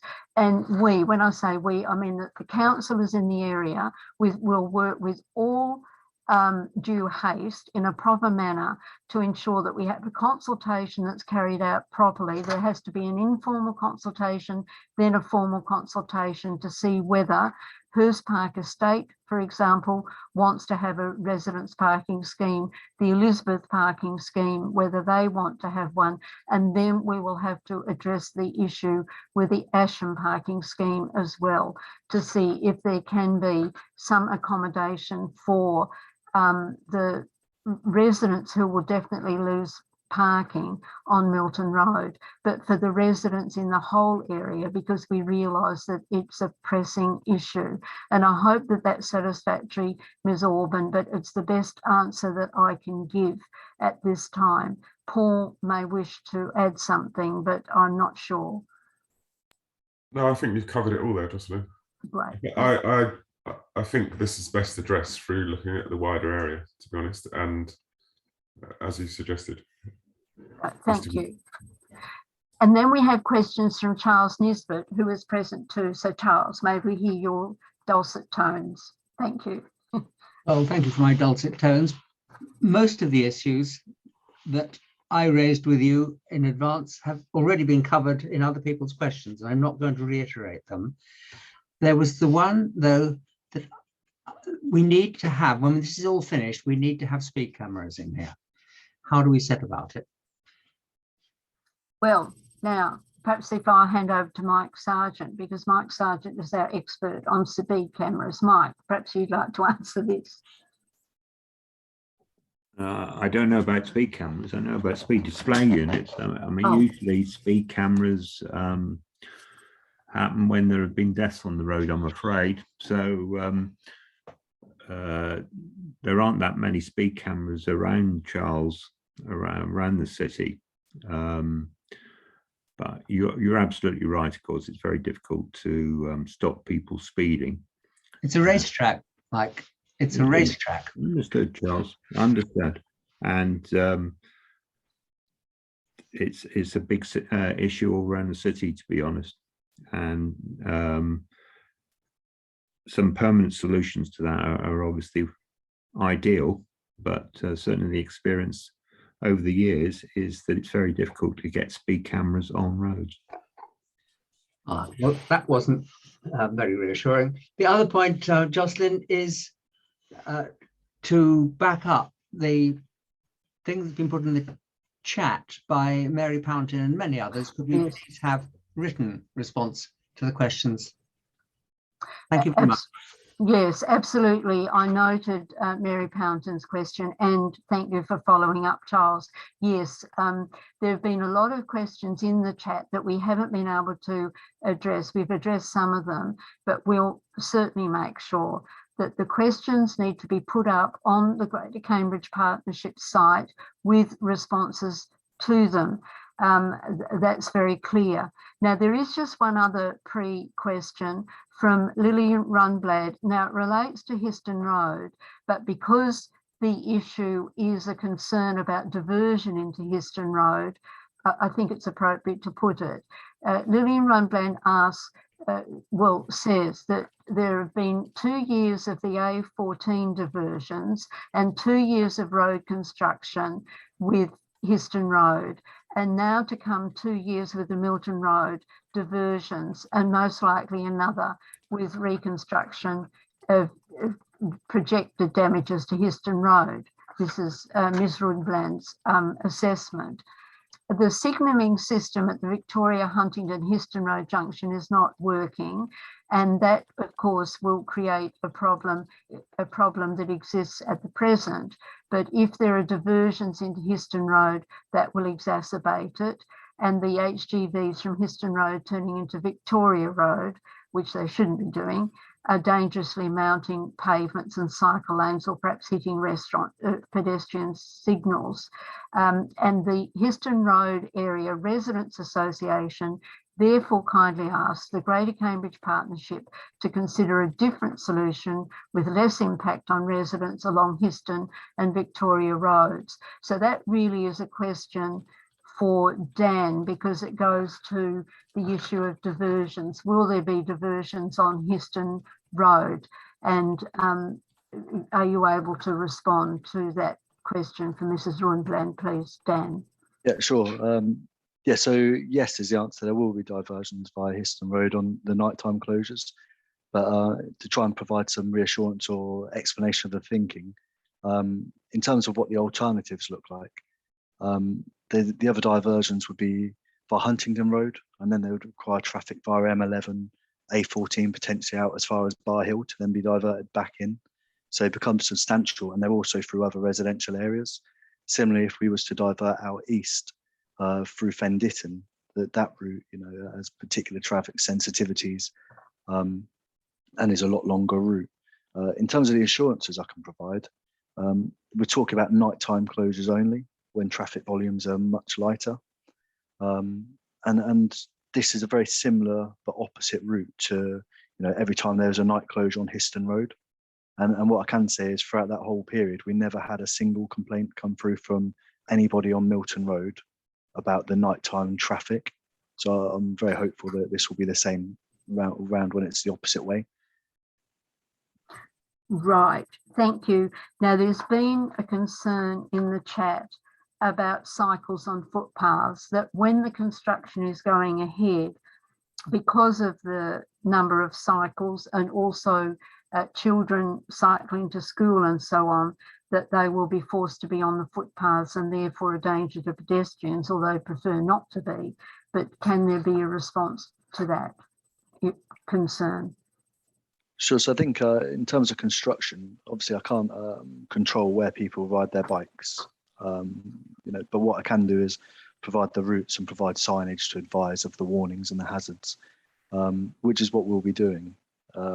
Ultimately, we're trying to you know, find a safe balance for building this work, which doesn't involve closing a lane of direction for the entire period, which is why we're at the solution we're at. And I hope the mitigation measures we've spoken about tonight with the reduction speed limit and the speed traffic monitoring vans to keep a close eye on that will be enough to reassure people of the safe route. Right. Now, I know that Councillor Gorthrop, you had a question that had arisen out of issues that residents had been raising, and I wonder if you'd like to ask that question now. I'm just trying to find the different roads that it relates to. I am just looking. This came through on Twitter, so I will just pick up the Twitter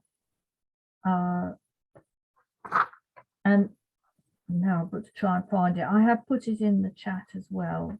So do you want to take another question while I find it? Right. Okay. Thanks so much. Now, there has also been a question about bus stops, because a resident is concerned about the design of bus stops and a concern that they don't interfere with vision when people are driving along the road or cycling along the road or coming out of intersections and so on. So could we have some assurances about the design of bus stops, please? Paul, I think that's for you or for Livio. I think for Livio, this one. Yeah, not sure about the. Try again, Livio, to speak. Can you hear me now? Yes, we can. Excellent. Yeah, good. Finally. Excellent. I was just catching up with the answers. So I've provided a picture of the Copenhagen Crossing and a picture of the demarcation curbs on the chart, so you should be able to see them. The demarcation curve is on Histon Road, so, and as Paul was saying, so you can also have a look at it. It's already installed. And in terms of swale and grass, we just basically we had a good discussions with various CCC departments, including the maintenance team, and what they wanted was something that was easy to maintain, something that was standard for them to maintain, because otherwise it would have been very difficult to maintain and it would have potentially caused problems later on. And that's why the swales, they include standard grass, so they can be maintained the same as a normal version. Also the gradients, cross force of the swales, have been designed to take that into maintenance into consideration as well. So they will be easily accessible from the footway without any upstands. So that's the reason why we went down that route. There are some rain gardens or some junctions that obviously a bit more difficult to maintain, but they are localized locations, so they're not along the entire length, and they give obviously quite a lot of additional benefits in terms of wildlife and so on. What was the last question? Sorry, I missed about the bus stops. Oh, the design of the bus stops. The concern is that the bus stops not be designed so that they interfere with vision of cars or motorists or cyclists, and particularly if they're coming into junctions and so on, or coming around corners. Sorry. Yeah, well, we have considered visibility. We have spent quite a lot of time designing bus stops, considering all criteria, including visibility between, obviously, for motorized vehicles at junctions, visibilities between cyclists and pedestrians, visibility between cyclists and motorized vehicles. So we have looked into visibility and considered visibility in great detail, and also taking into consideration all the fact that that bus stop design is now standard in Cambridge. Thank you, Livio. Councillor Gorthrop Wood, it was Kendall Way and Ramsden Square. A question about Kendall Way and Ramsden Square. Yes, and I've actually written it in the chat as it came to me. So there were concerns on the national cycle route from Ramsden Square to Kendall Way. Now, I don't know whether there is a national, I'm sorry, is this really a national cycle route over the crossing? So I'm quoting that. And then concerns about how busy the crossings are and the road is, Kendall Way to Woodhead Drive. And there was a request that the busway be removed, or the dedicated busway, and the verge retained. So I am quoting what the resident has tweeted to me. Right, and just talking about mentioning the bus lane, that reminds me, a part of Matthew Danish's question was about the length of the bus lane. The length of bus lanes and bus lanes at all were a rather large and significant issue at the beginning of this scheme. And there seems to be an impression gained that the bus lane has become more elongated than was in the original agreed design. So that's a question for Paul or for Livio. Livio, perhaps, the length of the bus lane. Well, the bus lanes, they've been, designed like years ago, really. Well, we looked at them at a concept design stage, taking into consideration all factors, and there've been no changes, really no changes in the past 2 to 3 years. And all the drawings submitted, they've shown no changes in relation to the strategy for bus lane. I don't know, Paul, if you want to add anything to that. I think the question might relate to more to the bus lane to the north of King's Hedges that leads to the busway. And at some point, that bus lane was extended past was it Lovell Road? So while the curb line wasn't shifted, the taper into the bus lane was just slightly modified. But that, as you said, that happened quite a few years ago. So it's been through various iterations of publication. Yeah. That is what the basis of the question is, and it's to do with a particularly narrow part of foot and cycle path at that point. Yes, Paul, did you have a response to that? It was, I'll try to go back to it, sorry. it was that part, and just that the road at that part is particularly narrow. Therefore, lengthening the bus lane means that there's less space for cyclists and so forth. But my understanding of what you're saying, Paul, is that that length of that bus lane has not changed in recent times. It's been that length on the project. Correct. From when the project was really ultimately agreed to. Yeah. Good, thanks. Last iteration. So in terms of that section, we are having another look at it, the crossing at Level Road. So basically we have the width of the combined footpath cycleway in the crossing area is approaching 5 meters.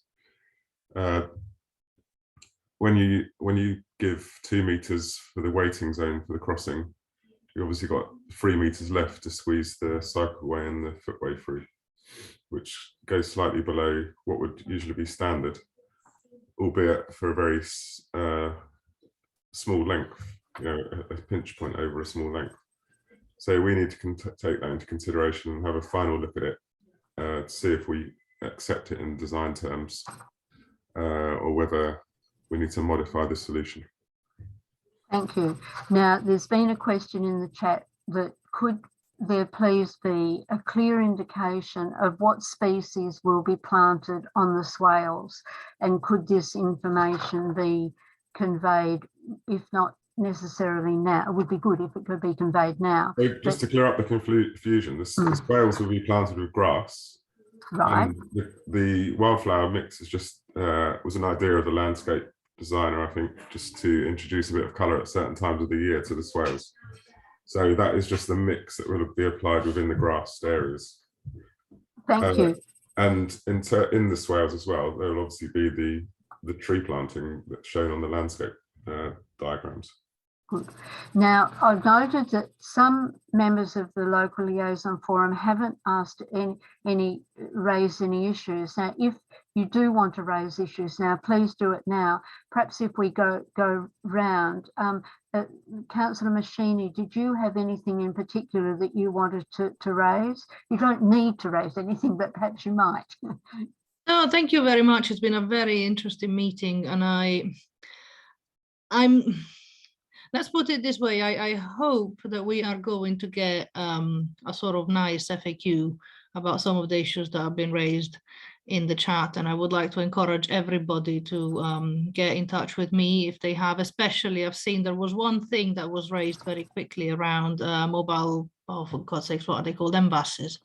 Mobile vehicle activated signs, which might be a potential stopgap solution when we can't get the police to agree speed cameras. I've got a couple of them that I've already agreed to come to King's Edges, and I can ask for more. If people think that's a good idea, get in touch with me. I know we probably, we will have a different picture at the end of the works, but these things take a long time to be approved. So get in touch with me now. And for that or for anything else, everyone knows where to find me, so do get in touch. Thank you. Thank you, Jocelyn, for all the work. It's been 2 intense hours, but it's been very useful. Thank you, Councillor Machini. Now, Councillor Sargent, you did respond to something, but I asked you a question. So did you have anything in particular that you wanted to raise at this stage? Well, it's just now we've got the detailed designs. I still don't see any progress at the bottom of Milton Road to access Mitcham's Corner, although I've raised this even with Peter Blake, the Transport Director, and it looks as though there's going to be a concertina effect as people come down the cycleway towards Mitcham's Corner, and somehow have to negotiate onto Mitcham's Corner itself across the zebra crossing. And that's exactly where the scheme ends. And I thought I had the agreement from Paul and Peter Blake that they would do some improvements to get access onto Mitcham's Corner. Thanks. Paul, did you have a response? So in terms of, so we feel that we need to basically reinstate that zebra crossing because it's pretty phased out. So that's one thing that we need to do. The zebra crossing on both sides, but and at the moment, that's kind of, we're a bit stuck in terms of offering any further solution. So unless there's a concrete idea in terms of what can be done to improve the access onto Mitcham's Corner, then I mean, it would be good to hear thoughts on that, so that you potentially add it to this project. I think we need to have a specific meeting about Mitcham's Corner. It's too big to discuss it now at this stage. But yes, I think. Yeah, so we always anticipate. We know that the zebra crossing at the end is faded and virtually invisible now. So I envisaged that we would repaint that, make it functional again. But the off-road cycle route on the inbound side leads to that zebra crossing, so people can obviously cross at that zebra, get into the island, and then there's a signalised crossing across to Mitcham's Corner Island. Yeah, I suppose if I can just say, Justin, my issue is there's no provision for a stopping area. Currently, if you want to get onto it, you can stop in the road, but the size of the cycle lane on the inbound, you know, people will be just queuing up, backing up Milton Road, trying to get onto the zebra crossing, especially at very busy times. Okay. And it does need some sort of waiting area to get onto the zebra crossing. Otherwise, there will be competition with pedestrians. Okay, we'll have a look. We're looking at as I said, we're looking at the other side anyway, in light of some of the road safety audit comments. So I'll ask WSP to just look at that and see if anything else can be done there. Great. I know you wanted to ask something, Michael Page, but we'll just come to Jamie Deal first to ask. Jamie, did you have anything to raise in particular?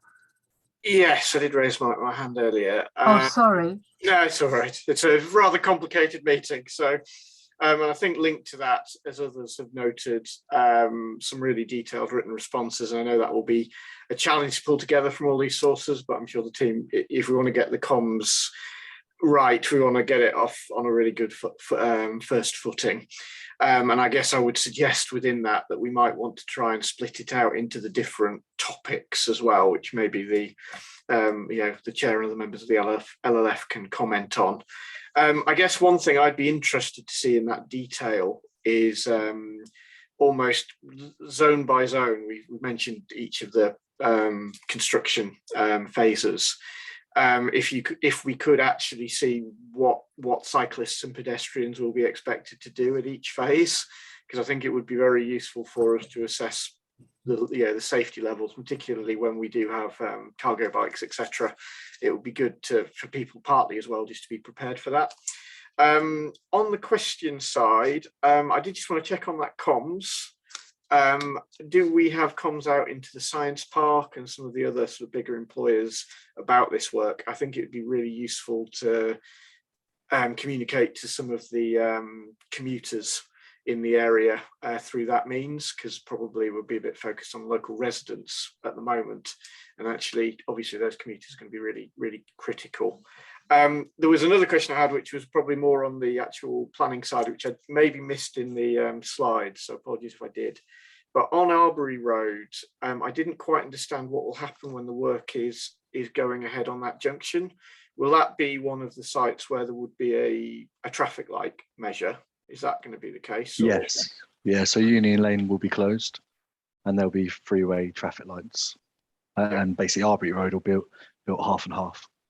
Right. And on that stage, would it be correct to assume that the Hurst Park Estate junction would be open by that point?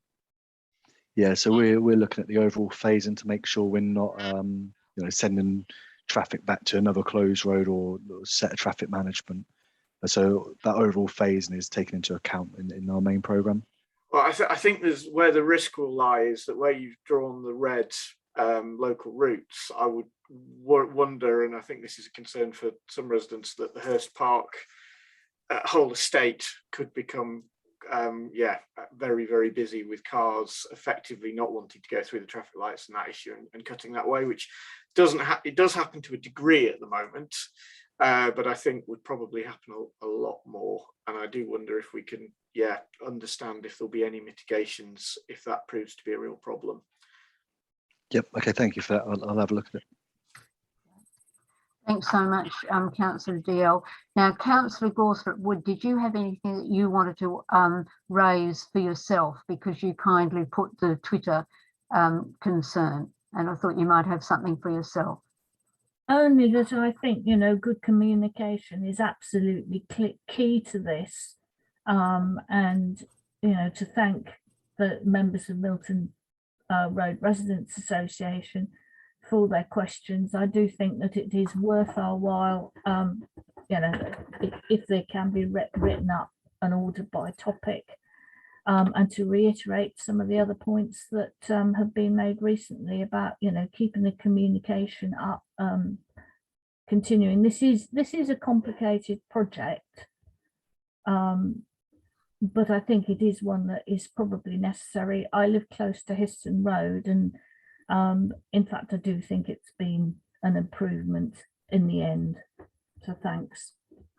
Thanks, Councillor Gawthorpe-Wood. Now, Michael Page, I think you had your hand up and you might have had another question. Yes, I just would like to endorse what Jamie Dalyell just said about the impacts of the lower part of Arbury Road, Milton Road Junction, both for the residents and commuters who use the lower part of that junction in Arbury Road, and also for the residents of the Hurst Park Estate who are likely to experience a rat run. And it seems unfortunate that it wouldn't be possible for the local stakeholders in that area to at least meet with somebody from either from GCP or construction team to figure out if there are any potential solutions. I think we shouldn't reject that idea. And then I just like to go back to that hobby horse earlier about the swales. I think there are people who really would like to know what that's actually going to look like. There are different types of grass, there are different types of plantings. Is there any way that the team could give us a visualization of how those might look and how they're going to be maintained? That was it. Thank you. Thanks, Martin. Oh, gosh. That's very strange. I know it's going all right now. Good. So perhaps we could have that on the website, some indication of what species are to be used and the grass and so on. I think that residents would appreciate that very much. But we can try and get a visualization of that. And just going back to the public art question earlier, I know it's something we've discussed on and off throughout the project, and it's something that hasn't been raised for the last 2 years, given the situation we've had. I'm not an expert in public art, I'm going to say that up front, and I think it would be more appropriate that kind of the local people will get together and choose something or develop something, and that the project just agrees a specific budget to go towards it. So a small appropriate budget for public art, for example, that we need to agree. Sorry, when you said budget, of course my eyes lit up. I mean, there are residents, of course. There's Maureen Mace, who's one of the local artists, and there are many local artists who would be interested. So certainly, I think that will certainly be done, Paul. Now, Charles Nisbet, did you have anything extra to raise before we conclude? No, I have nothing extra, but to congratulate you on the chairing of the meeting. Thank you very much. That'd be lovely, Charles. Thanks so much. And now, actually, yes, Councillor Bradnam, I thought you might have something to conclude with too. Thank you, Jocelyn. Yes, and yes, thank you. It's always difficult when there's so many questions. And of course, what we are encountering is that many of the people who are taking part today might not have been party to the earlier discussions that we had in earlier forums. Some of them will be, but so many of the things we've been discussing will be unfamiliar to them. But I just wondered if Paul van den Bulk could just reiterate to us the purpose, the original purpose of the Milton Road Improvement Scheme, which, as I recall, the only reason we got the money was because it was predicated on a priority bus route into the town. And the purpose of this, as I recall, was to try to reduce congestion. And I wondered, Paul, if you can just remind the people here, obviously it makes sense to look at cycling and pedestrians at the same time, but I just wanted, if you could just remind us where the money came from and what it's predicated on. Okay, so that's going back a long way. So the funding comes through the City Deal grant funding that has been given by government to the Cambridge local authorities, which include Cambridgeshire County Council, the City Council and South Cambridgeshire, also in partnership with the university. It is a £500 million programme over 15 years, divided up into a first tranche that was 100 million. We've now passed our first gateway, so we've received the second tranche of 200 million, and working towards another gateway, I think in 2025, where if we're succeeding in our aims and goals, we should secure the final 200 million. And this is match funded by local funding, development, Section 106 contributions, etc., to provide a programme worth almost, I don't think it's quite £1 billion, it's almost £1 billion for not just transport, but there's some other aspects of that are being delivered across the greater Cambridge area. So the purpose of the Milton Road project, as you said, was to prioritise public transport in and out of the city. And in the early days, some of the first designs for Milton Road included length of busway inbound and outbound along the whole length of Milton Road. That was subsequently questioned by the local liaison forum, and resident associations were formed who got involved in the design process. And we've gradually turned the design a little bit so that it not only prioritises public transport, but also looks to improve facilities for walking and cycling. So, for example, we've put additional crossing points on Milton Road for pedestrians and cyclists. We've created a complete inbound segregated cycle lane off-road, as well as the outbound segregated cycle lane, also off-road, mostly behind the verge. And as mentioned earlier and displayed in the chat, the Copenhagen Crossings that give priority for pedestrians and cyclists over all the side roads. So we've still got some bus lanes within the project, which we feel are important because Milton Road is a key road for public transport in and out of the city, especially given the links with the guided busway, which obviously serves the route out to St Ives, but also in future may also spur off to serve a new route up to Waterbeach, Newtown at Waterbeach. So that's the purpose.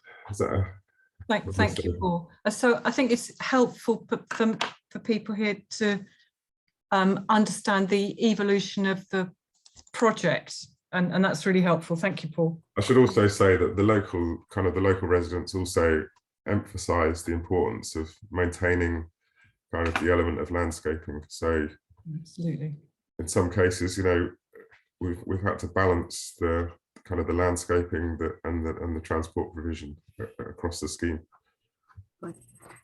Thanks so much. Now there is this local liaison forum was billed as the final. I have to say though that has come up in the chat from Maureen Mace. Could we have another local liaison forum where we can meet in person, as questions on chat can be misread? And it means those without the internet and not accustomed to Zoom can make their voices heard if we meet in person. I do want to emphasise that this is not the final meeting of the local liaison forum, that we're very well aware that of course the communications that David Charlesworth has set out are excellent. There's no argument about that. And we know from the Histon Road scheme that the construction people were good in responding immediately. But we also know that it's absolutely vital that the community be able to be engaged in a way that is organised rather than having to ring up individually with their concerns. So I do want to say quite clearly that if others on the local liaison forum, of course, I'm not going to have a meeting and be there all by myself on Zoom or in person, but I do think it's unwise to say that the local liaison forum is at an end, because it does have a role to play to ensure that the scheme can be implemented and can be constructed, and that the views of residents can be properly taken into account all along the way. This is just the beginning, in one sense, of the project, in the sense of the construction, and to leave it with us just disbanding at the beginning of the construction phase would be irresponsible. And I don't think that we should be agreeing with that. And I've made the view very clear to the Greater Cambridge Partnership that the local liaison forum is not at an end. This is not the final meeting. It is simply the final meeting before the construction phase. Now, if people wish to disagree with me, that's up to you. But I feel very strongly that the community has to be involved in an organised way, not in a piecemeal way. So, but let me say thank you so much to everybody for attending. Thank you so much to the officers and for the presentations that really were very clear. And thank you that we will have the questions and answers up on the website with some promptitude, so that people will be able to see their questions and see the answers to them, and see others' questions and the answers to those. So, as they say, without further ado, I'd like to say good evening and thank you, and we shall meet again as an LLF, hopefully in person, so that those who couldn't be on Zoom can meet with us and make their voices heard, as Maureen Mace has said. Thank you. Great. Bye-bye. Thanks, Jocelyn. Bye. Bye. I'm trying to leave. I can't leave.